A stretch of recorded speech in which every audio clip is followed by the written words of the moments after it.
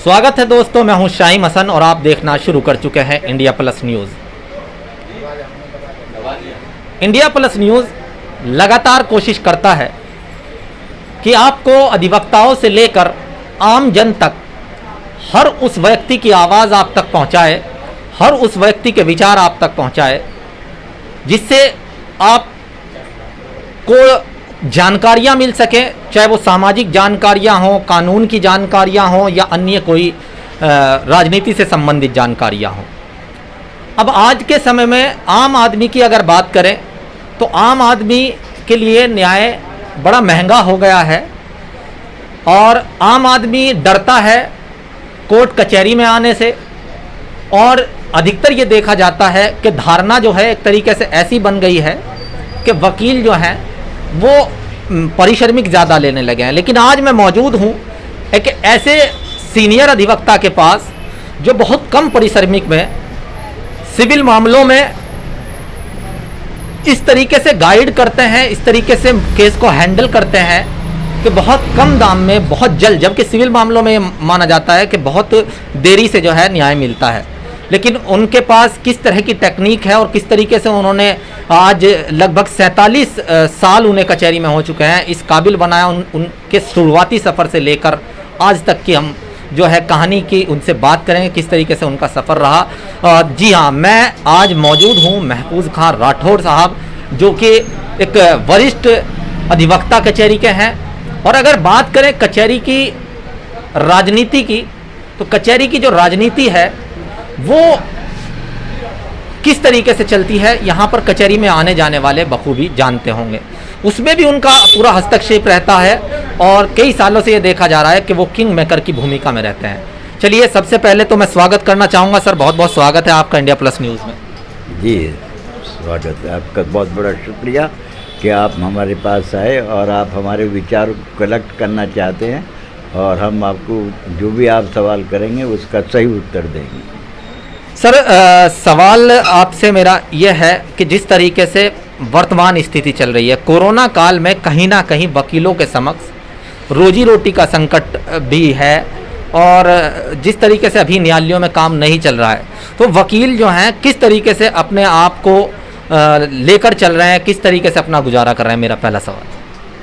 आपका सवाल बहुत जायज़ है क्योंकि 2 साल से करीब ये लॉकडाउन का सिस्टम लागू है और इसके अंदर जो है मौकिल वगैरह नहीं आते हैं, जबकि वकील का कांटेक्ट जो है पब्लिक से होता है और पब्लिक का आवागमन बहुत रेस्ट्रिक्टेड हो जाता है। तो यहाँ नए केसेस के बारे में कोई इंस्टीट्यूशन हो नहीं पाता। जब नए केसेस का इंस्टीट्यूशन नहीं होगा तो एडवोकेट की फ़ीस भी पाना बहुत मुश्किल हो जाता है, क्योंकि मौकिल जब भी फीस देता है जब उसके केस वगैरह दायर होते हैं। लेकिन 2 साल से नए केसेस जो है 0 ही हैं, यानी कुछ भी % नहीं है।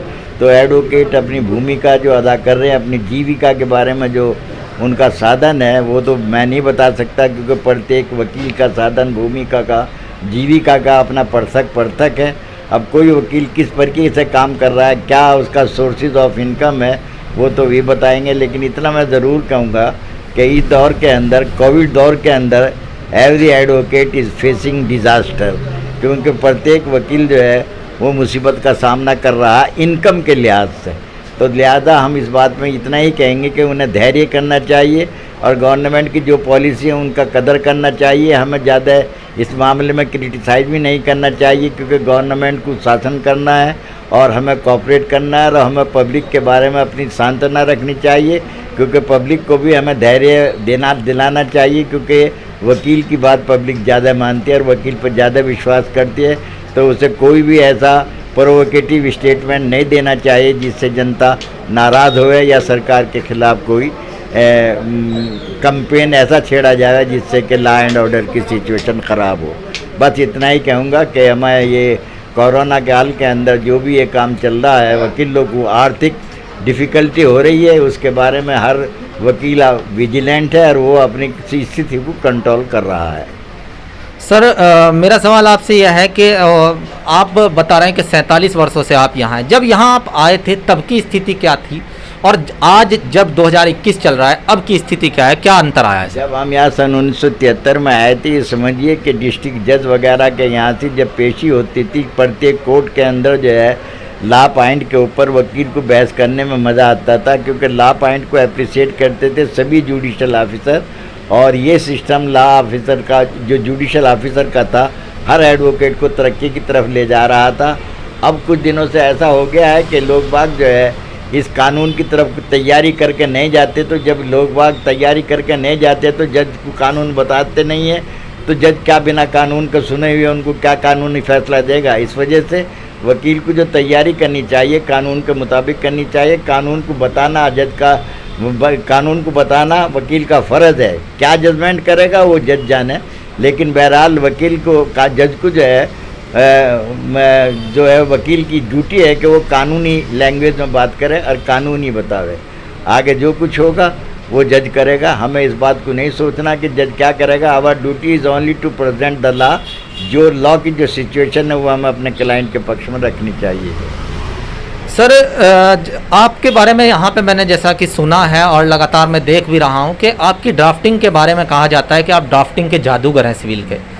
तो आज के जो युवा हैं सिविल में आ रहे हैं और अन्य क्रिमिनल में भी ड्राफ्टिंग की ज़रूरत पड़ती है, तो ऐसा क्या ध्यान में रखना चाहिए कि उनकी ड्राफ्टिंग बेहतर हो सके, और किन किन चीज़ों को ड्राफ्टिंग करते समय वकील को ध्यान में रखना चाहिए? देखिए, ड्राफ्टिंग के बारे में हमारे पास जो है कुछ ऐसे वकील और ऐसे कैंडिडेट आते हैं जो कि PCHJ और HJS की तैयारी करते हैं, तो हम उन्हें गाइड करते हैं, हम उन्हें ड्राफ्टिंग के बारे में बताते हैं। क्रिमिनल में कोई ड्राफ्टिंग का विशेष ध्यान नहीं है, क्योंकि क्रिमिनल के अंदर कोई लॉ प्रोसीजर के अंदर ऐसा नहीं प्रोवाइड है कि ड्राफ्टिंग किस नेचर का होगा। लेकिन सिविल के अंदर जो CPC के अंदर है उसमें लॉ ऑफ प्लीडिंग बताया हुआ है कि किस सीमा तक हमें लॉ करना चाहिए, कि किस सीमा तक हमें दावों के अंदर लॉ को मेंशन करना चाहिए, हमें उसका ध्यान रखना चाहिए, क्योंकि लॉ ऑफ प्लीडिंग ही सिविल के अंदर बहुत इम्पोर्टेंट है।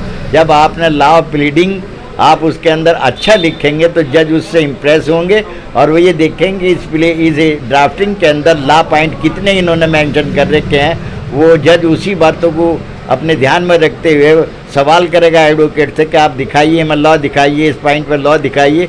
जब एडवोकेट उन पॉइंट पर लॉ दिखा देगा तो 100% जज जो है आपकी बात से कन्विंस होंगे और नेचुरली जजमेंट जो है, क्या अगर लॉ पॉइंट पर आपका ड्राफ्टिंग है तो 100% जजेस लोग उस पॉइंट को अप्रिशिएट करते हैं और रिलीफ देते हैं। तो मैं ये कहूँगा कि ज़्यादातर ड्राफ्टिंग जो है लॉ पॉइंट पर होना चाहिए।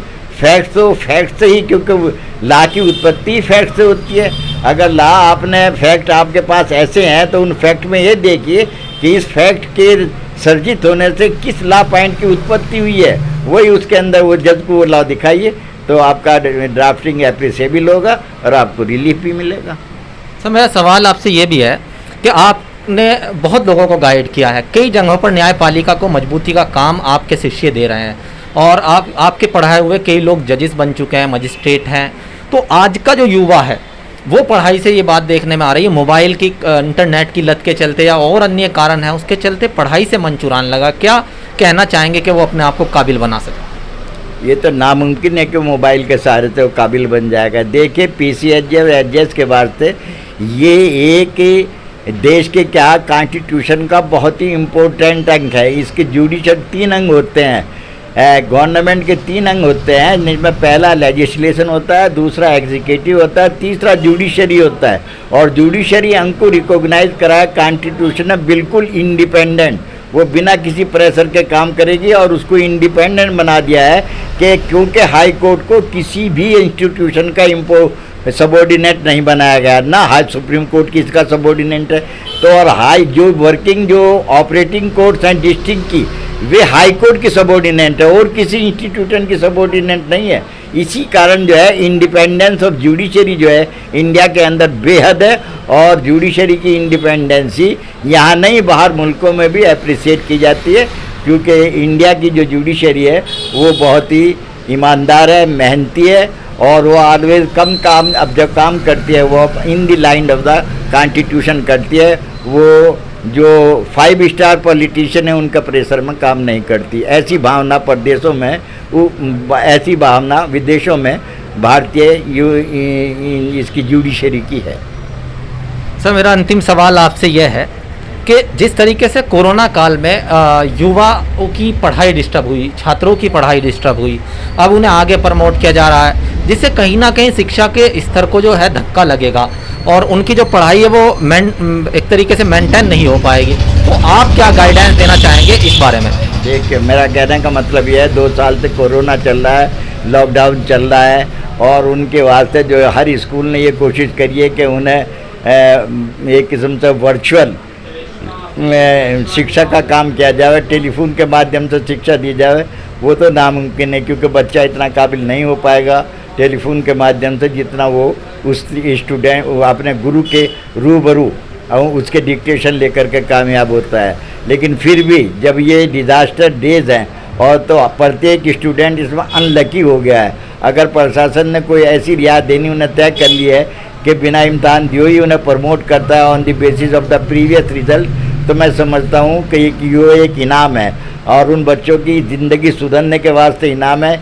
जब वे प्रोमोटेड हो करके अगली क्लास में जाएंगे तो उन्हें पूरी मेहनत करनी चाहिए और पिछली कमी को भी उस अगली कमी में पूरा करके अपना कैरियर सुधारना चाहिए।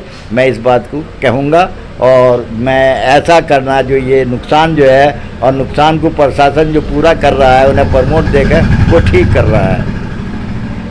तो ये थे हमारी कचेरी जिला बार संघ मुजफ्फरनगर के एक वरिष्ठ अधिवक्ता जो कि एक और भी करना सवाल सर, और आप कहना चाहते हैं कि कुछ अन्य आपके जो माइंड में आ रहा है, कुछ ऐसा क्या कहना? मैं ये कहना चाहता हूँ कि अभी आपने मेरे से सवाल करा कि मेरे यहाँ से जो गाइड करे हुए काफ़ी जज बन चुके हैं, इसमें कोई शक की बात नहीं है, काफ़ी जज बन चुके हैं, लेकिन मैं तो एक बहाना था, मेहनत उन्होंने ही की थी, उन्होंने मेहनत करके अपनी मेहनत से ही वे जज बने हैं, मैं तो एक बहाना हुआ है, बस उन्हें तो भगवान ने ही जज बनाया, उनका मुकद्दर था, वे बन गए, मेरा इसके अंदर कोई रोल नहीं है। मैं तो सिर्फ इतना रोल है कि उन्हें गाइड करा था, वैसे उनके मुकद्दर ने उन्हें जज बनाया, उनके भाग्य ने उन्हें जज बनाया, उनकी मेहनत ने उन्हें जज बनाया। इतना बात ज़रूर है कि मुझे खुशी होती है जब मैं ये सुनता हूँ कि हमारे एक जज साहब जो है फला ज़िले में काम कर रहे हैं, फला ज़िले में काम कर रहे हैं, फला ज़िले में काम कर रहे हैं, और वे ईमानदारी में अपना नंबर 1 ले रहे हैं, उनका परफॉर्मेंस ऐसी है कि पब्लिक अप्रिशिएट करती है, तो मुझे खुशी होती है बस। तो ये बड़प्पन है कि उन्हीं के भाग्य, उन्हीं की मेहनत को सराह रहे हैं, और ये गुरु की खूबी होती है कि वो अपने शिष्यों को किस तरीके से आगे बढ़ने के लिए प्रेरित करता है, फिर उन्हीं की मेहनत को श्रेय देता है, गुरु कभी श्रेय नहीं लेता है। तो ये वरिष्ठ अधिवक्ता जो कि लगातार बता रहे थे कि किस तरीके से जो लॉ के छात्र हैं वो आगे बढ़ सकते हैं। और अंत में मैं यही अपील करना चाहूँगा कि अगर आप लॉ के क्षेत्र में आना चाहते हैं तो फिर आपको किताबों से नाता जोड़ना पड़ेगा, इंटरनेट के माध्यम से, मोबाइल की वीडियोज़ के माध्यम से, या ऊपर इधर उधर की बातें बनाने से आप अच्छे वकील नहीं बन सकते हैं। तो आशा करते हैं कि आप जो वरिष्ठ अधिवक्ता महफूज खान राठौड़ ने आपको बातें बताई उन पर अमल करेंगे और इसी तरीके से इंडिया प्लस न्यूज़ को प्रेम देते रहेंगे। जुड़ रहिएगा मेरे साथ। मैं Shahim Hasan, India Plus News, Muzaffarnagar.